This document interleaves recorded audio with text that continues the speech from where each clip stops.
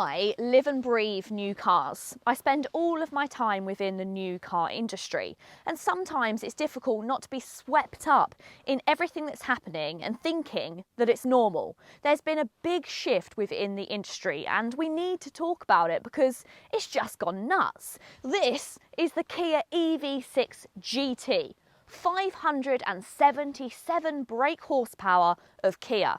And when this car was launched around about a year ago, there was two key headlines. The first was, this is the most powerful Kia that they've ever produced. And the second was, this is the most expensive Kia that they've ever produced.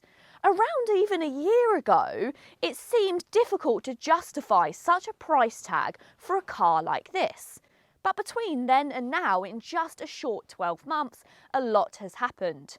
Car prices have absolutely skyrocketed, putting most of us out of the ability to buy a new car. I mean, you've got brands like Honda bringing out just a standard electric SUV for £50,000. So nowadays, the Kia EV6 at £60,000 doesn't seem that bad. Hi guys, I'm Tish and welcome back to my channel Auto Social UK. In today's video we're going to be taking a look at the Kia EV6 GT and finding out whether it's really worth the price tag. Of course, we all know that recently the Kia EV6 has had a new brother born, the Ioniq 5N. And that car has come in with a flashy pair of Nike trainers ready to make this look, well, subtle and boring, but it's anything but that. And in today's video, I'm going to show you why I think this is still the really classy offering if you want a high performance EV. So if that sounds good, then please keep watching. And if you like new car reviews and car content, then please do go ahead and hit the subscribe button. So first off, let's talk about the exterior changes of the EV6 GT because they're very subtle, but actually I love them because I've always loved the look of the EV6 GT. It's very classy, it's also very futuristic, and I think it looks aggressive, even in its standard form. So I'm glad they haven't done too much to spice it up. I mean, it really is a contrast when you look at this and you look at the new Ioniq N. But you see, that's the difference between the EV6 and the Ioniq 5. The Ioniq 5 kind of went for that futuristic boxy style, whereas this, the EV6, I've always felt looked very sporty and aggressive. You've got this sloping bonnet which comes down to this sharp nose. Even in its standard form, it looks really sporty. So they've just added little subtle tweaks to adjust it to make it look even more spicy. And that includes a slightly adaptive front bumper, and you've got this little bit of silver trim which is vertical on this car compared to horizontal which you get on the standard model. The biggest difference is of course those brakes. You've got larger brakes and they're more aggressive to deal with the power, which I'll talk a bit more about in a moment, and they're finished in lime green, which personally I absolutely love. You've also got a limited edition 21-inch alloy wheel and they're wrapped in Pilot Sport 4S tyres. So that goes to show how they expected you to drive this car because they're some sports car tyres. There's not that many changes down the side of the car. You've got gloss black wing mirrors, however you don't get a gloss black roof. This car comes in 3 different colour combinations, so not many to choose from, but I think all of them work really well with the lime green elements. You've got this white, which I really love, you've got the black, and my all-time favourite, which is the matte grey colour. I just personally think it stands out in that colour because you don't see many standard EV6 GTs or non-EV6 GTs in that colour. So it just gives it that little bit of touch over the rest of the model range. Now, just before I tell you about the differences around the back, I just want to say, don't know if you've noticed, it's absolutely freezing today and it gets really difficult to make videos around this time of year. I love making videos, but when it's this cold it does get hard. So if you want to show your support, only if you can afford to, you can buy me a coffee via the link down below and hopefully that will help warm me up. Right, now let's talk about the changes around the back. Don't expect any radical changes here either, because once again they're very minimal. You've got the same really sharp, almost like ducktail spoiler. I call this a spoiler because I think that's what it looks like, which has the rear light bar on it, but that's the same on all models. Of course you get some GT badging, but it looks very similar to the GT line badging. It does have a slightly bigger spoiler at the top, which is nice, and then similarly to at the front, around the back you've got a slightly adapted rear diffuser, which again, these rear tail lights or rear reflectors are vertical rather than being horizontal, but other than that it looks pretty much the same, which once again I don't think is a bad thing. Now let's talk about boot space, because that has slightly changed and it's made the car possibly a little bit less practical. Okay, that's being pretty dramatic because it's actually only lost 10 litres compared to the GT line version. The GT line gets 490 and this gets 480. That loss of 10 litres is because it gets a bigger rear motor to give you all of that power. It's not the biggest in its class when it comes to boot space, but actually, as you can see demonstrated here, it's nice and wide in its opening. You've got a nice low load area and it's also nice and flat as well, so I really can't see you having problems. You do still get a little bit of underfloor storage, and in here you can just about squeeze down your charging cables, but I think that's really practical. You've got a nice flat space which will fit the charging cables and a couple of other items, and then you've got the nice boot floor which sits flush with the rest of the car. I would definitely take this practicality over having that added boot space being dropped down without the flat boot floor. All versions of the GT also get an electric boot.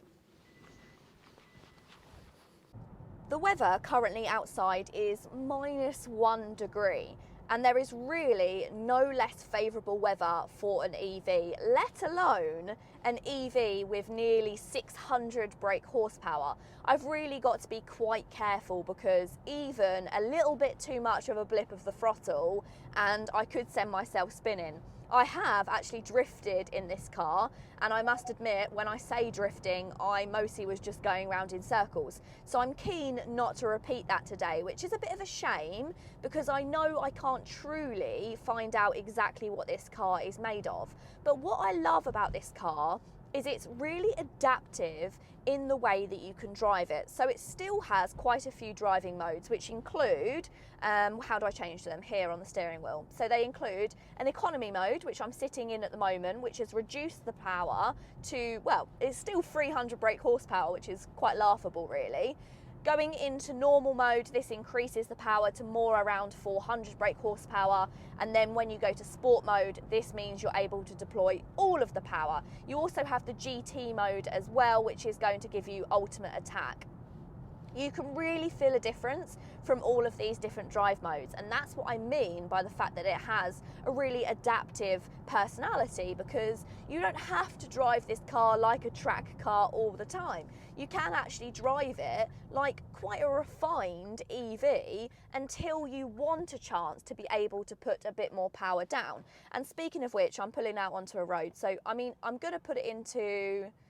Is sport a bit silly at -1? Probably is a bit silly. So we're going to go into normal.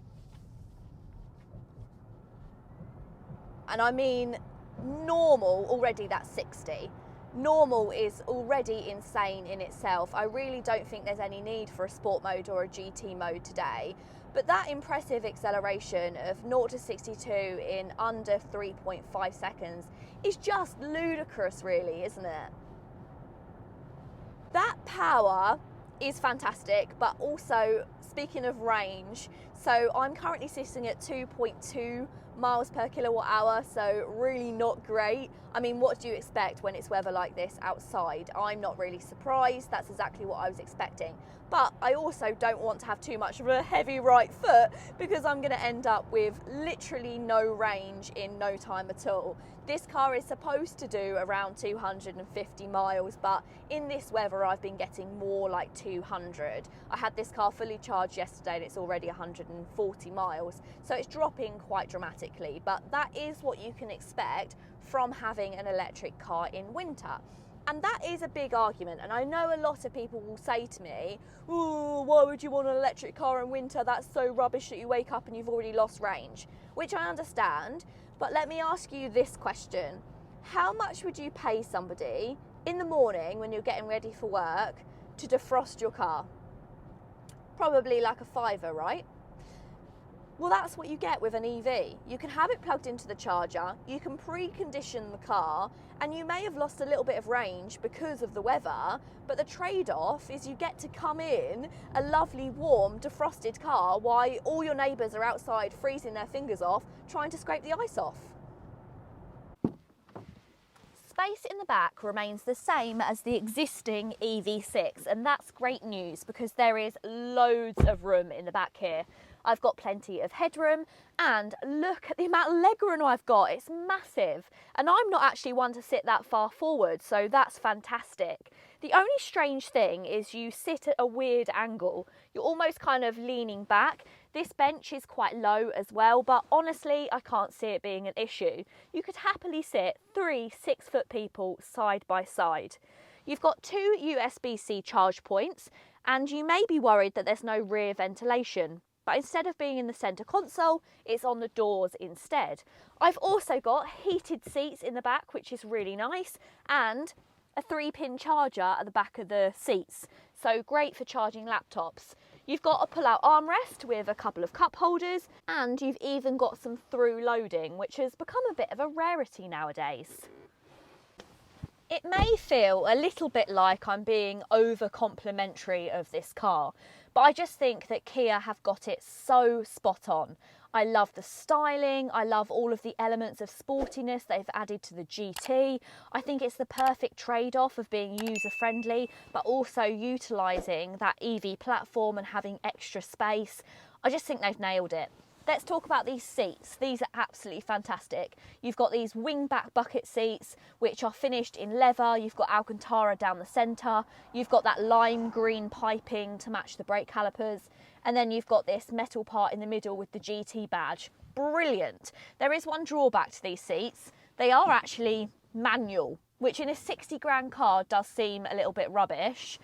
But I don't really mind. I think it's a good trade-off to have some really cool wing-back seats. The one other thing is there's not much head bolstering, so when you do stamp your foot on the accelerator, which you're going to do a lot because it's addictive, you will find that your head kind of bashes backwards and there's not really much head support, which is a shame. But again, they look cool, so that's the main key thing. You've got the 2 dual screens that you have in the standard EV6. These are really easy to use. You've got all your functions like Apple CarPlay, you've got your satellite navigation. I love this centre console. It's really user friendly. You've got your drive controls, your kind of gear selector in the middle here. They're really easy to use. I like that. You've got your cup holders, a little bit of storage at the back here. It's all just in reaching distance and I really like it. It's really comfortable when driving. And then you've got all of this storage underneath, loads and loads of storage. Of course, it doesn't slide back and forth like you can get in the Hyundai Ioniq 5. I don't know if the N also has that same sliding front console. I'll have to find out. That kind of gives it more of a living room feel, whereas I think this has more of a sports car feel, and I'm really here for that. The steering wheel. I love the steering wheel. Kia haven't gone lightly with the upgrades when it comes to the EV6 GT. So it sits on the same platform as the standard EV6, but of course it gets more power, a lot more power. It gets 577 brake horsepower and it can sprint from 0 to 62 in 3.5 seconds. Now that's comparable to the Porsche Taycan Turbo and the GTS, and those cars are over £100,000. So for 40 grand less, you can get the same amount of power, and arguably, I think you get the same amount of premium interior as well. But the mechanical upgrades, this is really where Kia haven't held back, and I really applaud them for this. So they wanted this car to be a bit of fun. So it is possible that this car can drift, and you can put it into the drift mode by pressing the GT button. I'm not going to do it because it's -2 outside, that'd be ridiculous.